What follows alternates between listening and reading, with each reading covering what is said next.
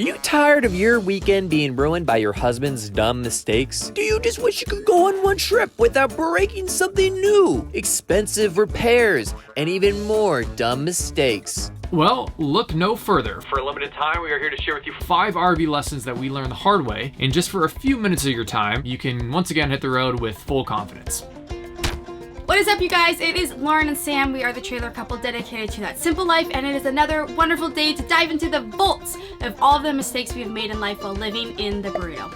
That might be a little bit of an exaggeration, don't you think? No. Nonetheless, today we're going to take you through 5 different RV lessons that we have learned the hard way. We have made some mistakes, and today's your opportunity to learn from them. And I can almost guarantee if you RV enough, you will make mistakes too. Whether you are a weekend getawayer, is that a word? Weekend getawayer? I don't know. I'm just a weekend getawayer. Don't mind me, I'm just a weekend getaway. Or you're full-timers like us. If you RV enough, things will happen that are unexpected, and sometimes they can be your fault. All right, so let's start from the top and work our way down. Count down from 5, and you have to stick around for number 1 because it's pretty good. Yes, our step is broken. Now, what happened, you may ask? Well, let me tell you. We had just pulled into Smoky Mountain National Park. We were unhitching, excited to go on a walk around the campgrounds, have a campfire later with some s'mores and beer, probably beer because we really like beer.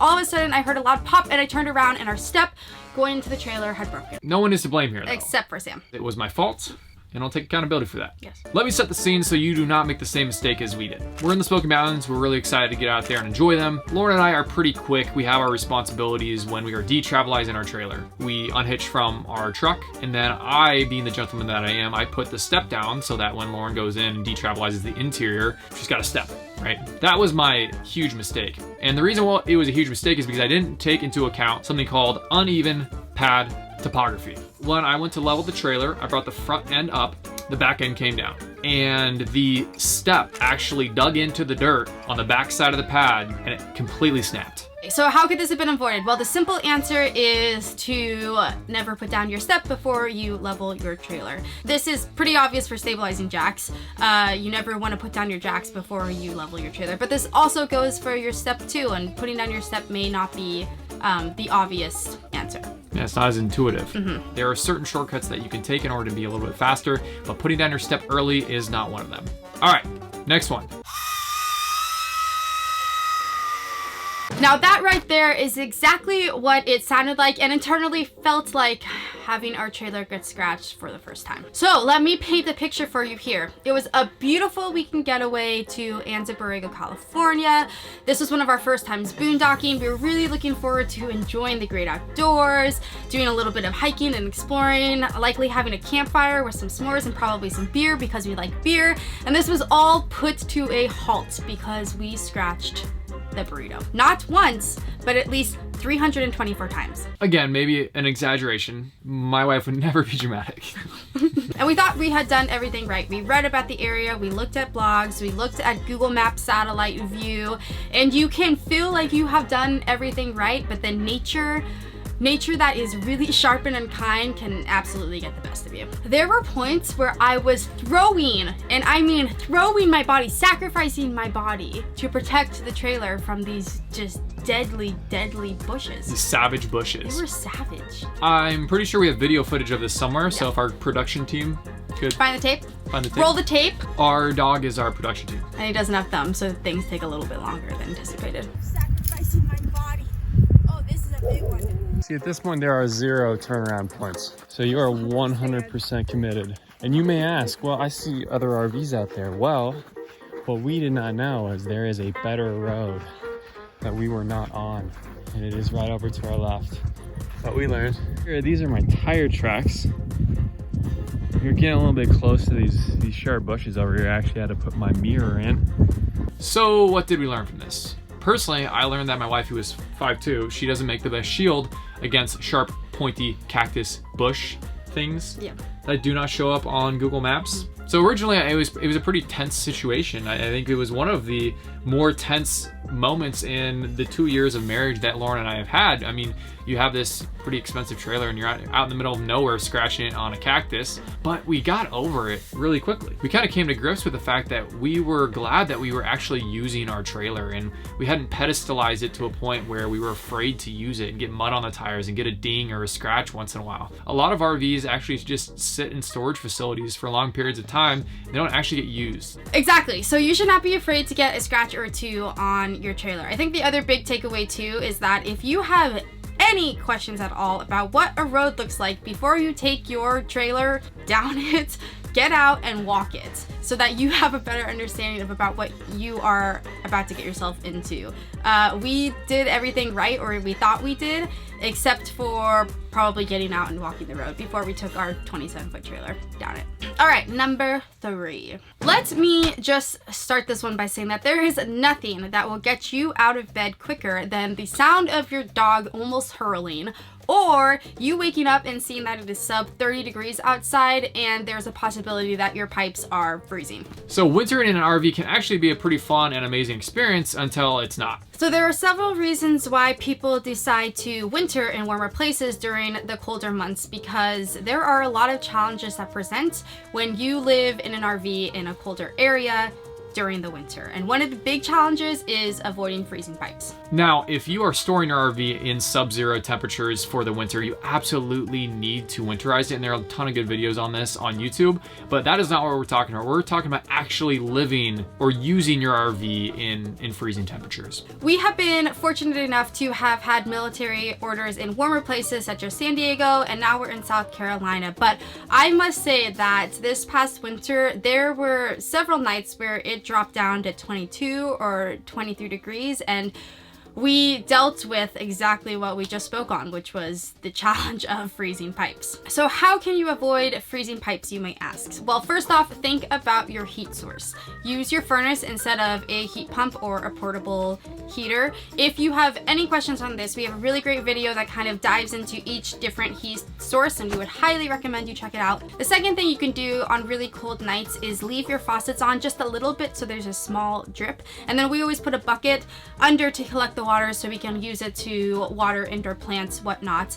But keeping water moving is a really good way to avoid water freezing at night. So about a month ago here in South Carolina, we had a really, really cold streak. It was, 22, 23 degrees, and it was multiple nights for several weeks. Currently, we're only functioning on one propane tank just because our other one will not get filled, because every 10 years you have to get those inspected, and where we bring it, it's been, I think, 11 years now. They will not fill it until we get it inspected, and all the 30-pound propane tanks are back ordered, so it's taking a little while to get another one. Lauren texted me, I think while I'm at work, and said, hey, the propane is out. So I said, great, it's a Friday. I'll stop by Tractor Supply on the way home, and we'll fill that propane tank up. And so I get home, I take the propane tank, I go over to Tractor Supply. The guy who normally fills up the propane tanks got sent home for the day. So naturally that was amazing. So I drove around for the next hour trying to find some place to fill up our propane tank, because Lauren and I didn't really want to go and buy one of those 20-pound ones that you can get at Walgreens and things like that. Every place was sold out of propane. I don't know if there was a propane shortage that day or the truck just didn't deliver everything, but we were out of luck. So I came home and I asked Lauren, I said, what do you want to do tonight? Do you want to just go buy one of those 20-pound propane tanks and run it off that? Or do you just want to tough it out? So we toughed it out. That was the decision we made. We got these space heaters and they do a pretty good job, but again, just nothing compared to the furnace in terms of keeping your pipes warm. In the middle of the night, Lauren gets out of bed and she tries to use the faucet, and the faucet is not dripping and it's not turning on. So I pop out of bed like a madman. I go running out of there. I'm pretty sure I did one of those like kick flips where you like jump up and from your back to your feet. Like I said, there are two things that will make you get out of bed very quickly. Number one is your dog almost puking. Number two is trying to turn on your faucet and no water is coming out. I have never seen Sam move that quickly. He was in and out of bed in about 0.02 seconds. It was honestly an athletic feat. If these are the internal pipes, we're in some trouble. As long as it's the outside hose, we're gonna be all right. So I get out and I detach the hose from the intake, and nothing's coming out of there. So I think, okay, this is good. The outside hose is frozen. It's possible the inside pipes are okay. So I come in, I grab the space heater, I attach it to the outside. We put an extension cord. And I have the little space heater warming up. He's just like standing outside. It's 22 degrees and he has shorts and a t-shirt on, but don't worry, he has a space heater and he's there holding the space heater with his life. Yeah. Like that was the only thing that was important in his life at that moment. Yeah, I was dialed in. And you were focused. Yeah. Yeah, you were in, what did they call it? Flow state.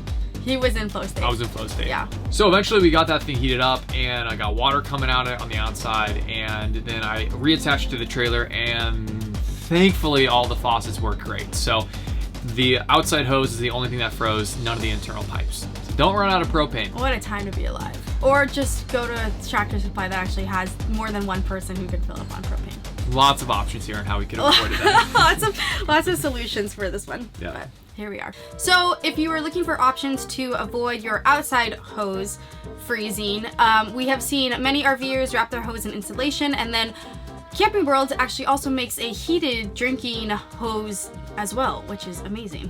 What has Camping World not thought of? Honestly though, that place is a mecca of just $1 million ideas. Yes, it is. And we don't even get paid to say that. No, we don't. You're welcome, Camping World. That was a non-sponsored ad for Camping World. Now, we know many of you have commented saying that you have wintered in your RV in Montana and Colorado and even Alaska.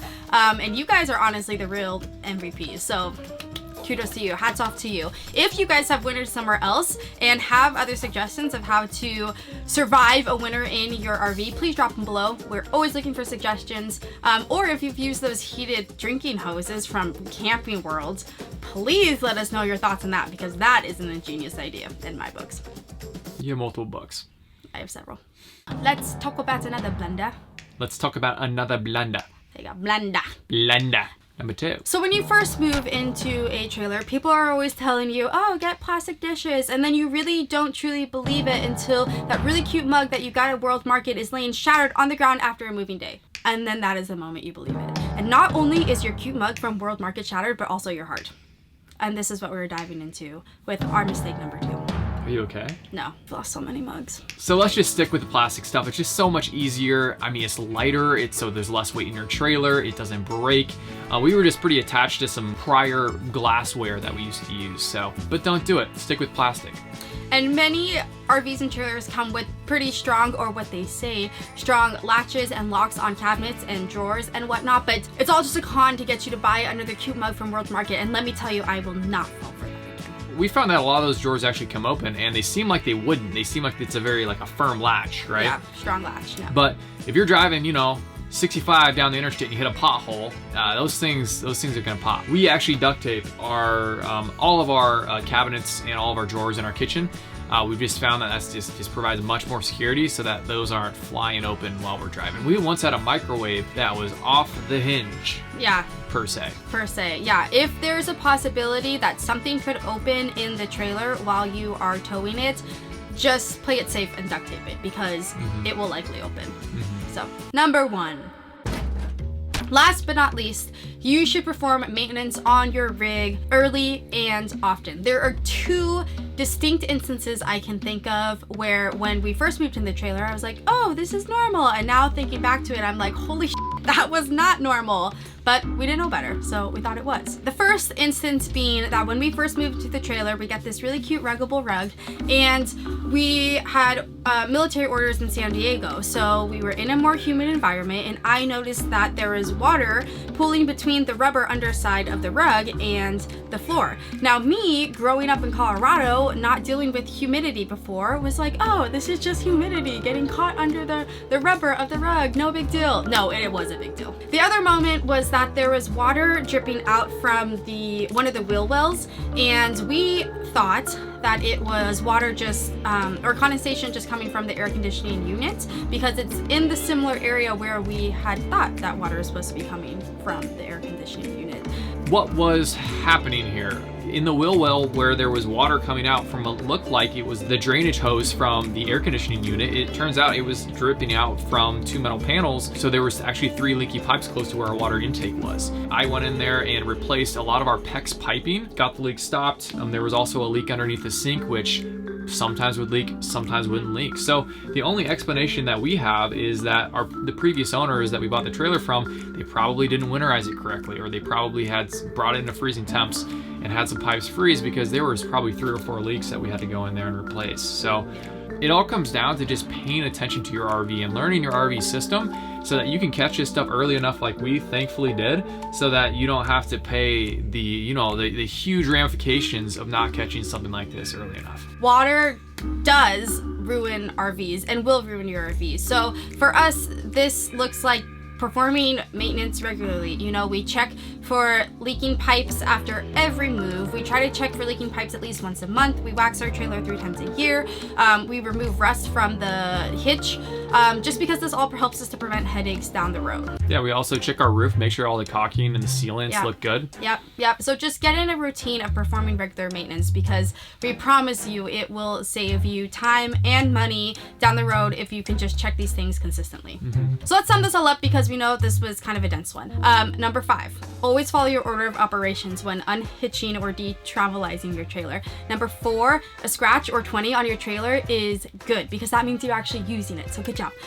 Number 3, try to avoid freezing pipes best you can, because they will happen, so avoid it. Number 2, this is really putting me to the test. Oh, duct tape all your cabinets and drawers when you're traveling, because they will open no matter what they say about how strong that lock is. And number 1, get to know your trailer really, really well, and make sure you understand where water is supposed to be moving and when water is supposed to be moving in your trailer.